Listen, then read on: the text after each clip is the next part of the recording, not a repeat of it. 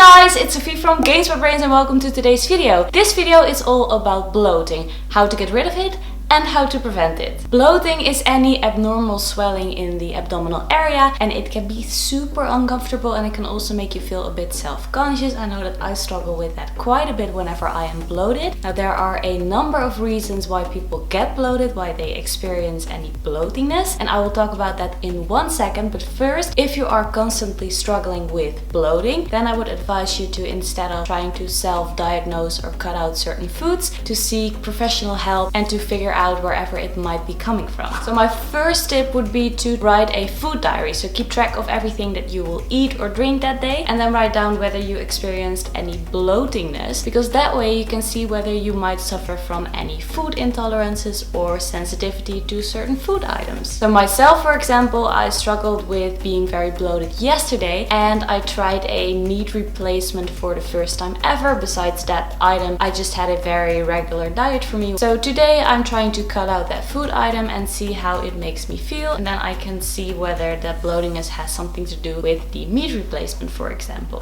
The second thing would be to track your sodium intake. So if you are someone who eats a lot of canned food, for example, then you might want to opt for the low sodium one instead of the regular one, because sodium encourages your body to hold on to water, which can make you seem bloated. Track your fiber intake, because fiber is necessary for digestion, but too much or too sudden of an increase in fiber can actually cause bloatingness, and this is something that is very common if someone switches from a regular diet to a plant-based diet. If you think that this might be the case, then hold off with increasing your fiber intake for a few days and just see whether that helps. And then the next tip number 4, is something that makes a big difference for me, and that is physical activity. So if you're experiencing any bloatingness or any gas pain or pain in the abdominal area, then going for a walk, a jog, jumping rope, break a sweat, that is something that can make a big difference for your digestion, as it just really helps with releasing gas and releasing pain. My 5th tip has to do with eating. So it has to do with your portion control. Make sure that you control how much you're eating, because people tend to overeat, but that can cause your stomach to expand beyond its normal capacity,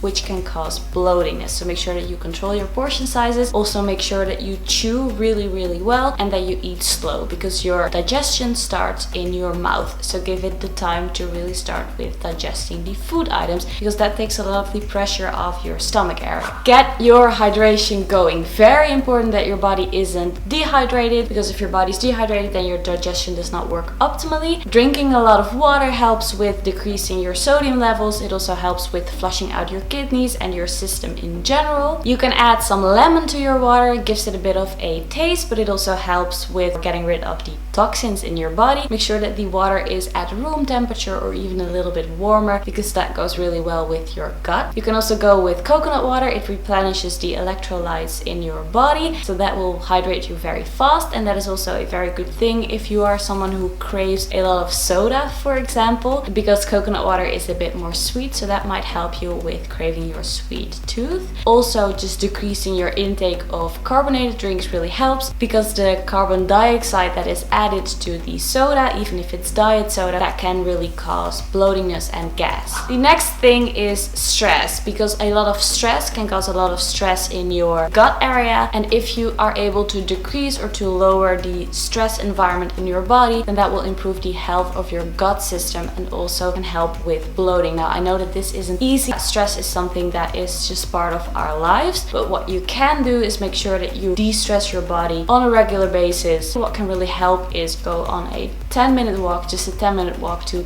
clear your mind, to de-stress your body, and the 10-minute walk also really helps with your digestion in general. So the stress can cause inflammation to the gut area. So my next tip would be to implement anti-inflammatory foods into your diet, such as turmeric and ginger, for example. I usually just add them in small pieces or powder to my dishes, to my recipes. You aren't even able to really tell the taste if you don't enjoy it. Or I make a ginger acidity. Number 9 is all about the bacteria in our gut. So you have good bacteria and you have the so-called bad bacteria, and they both play a very important role in the absorption of nutrients, in the digestion. It also helps with your immune system, so it's very essential to have the right balance between both the good and the bad bacteria. So the goal is to make sure that the balance is shifted towards the good bacteria, because if it's shifted towards the bad bacteria, that can cause issues as bloating or constipation, for example. There is a difference between probiotic foods and prebiotic foods. Probiotic foods help with increase the number of good bacteria that are living in your gut, and the prebiotic foods help with feeding the good bacteria in your gut. So there's a bit of a difference, and I would recommend you to implement probiotic and prebiotic foods into your diet. Can really help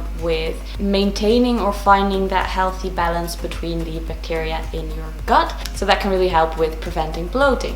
Prebiotic foods are, for example, garlic, onion or asparagus, and probiotic foods are, for example, sauerkraut or kombucha. And this also relates to my 10th tip, which is implementing or including fermented foods into your diet, as those also really help with the balance between the good and the bad bacteria in your gut, so that it is more shifted towards the good bacteria, because if it is shifted towards the bad bacteria, then you might experience discomfort or bloating, for example. And fermented foods are kefir, for example, but also sauerkraut and kombucha. And then my final tip would be to enjoy some herbal tea, as that can really help with fighting inflammatory, and it can also really help with just having a moment to de-stress and to relax, because again, stress is a very big factor on your gut health. So having just a little moment for yourself, maybe before you're going to bed, just to enjoy a nice cup of herbal tea, then that can really help with maintaining a good gut health. So if I experience pretty bad bloatiness, then I'll just implement the tips that I just mentioned. I also make sure to write down what I had that day, so that I know, or I have an idea where it might be coming from, if I'm maybe sensitive to something, and then I know for the next time that I'm maybe better off with not having that food item, so that I can prevent the bloating from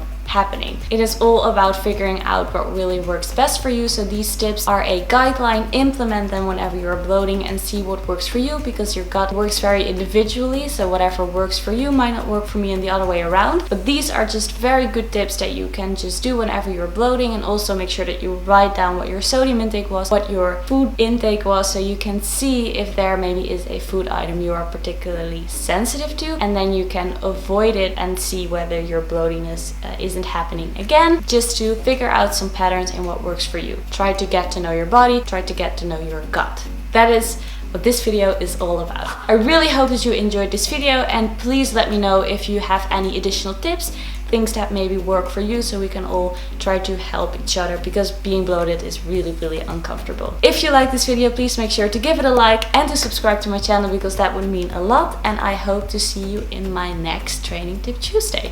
Bye guys!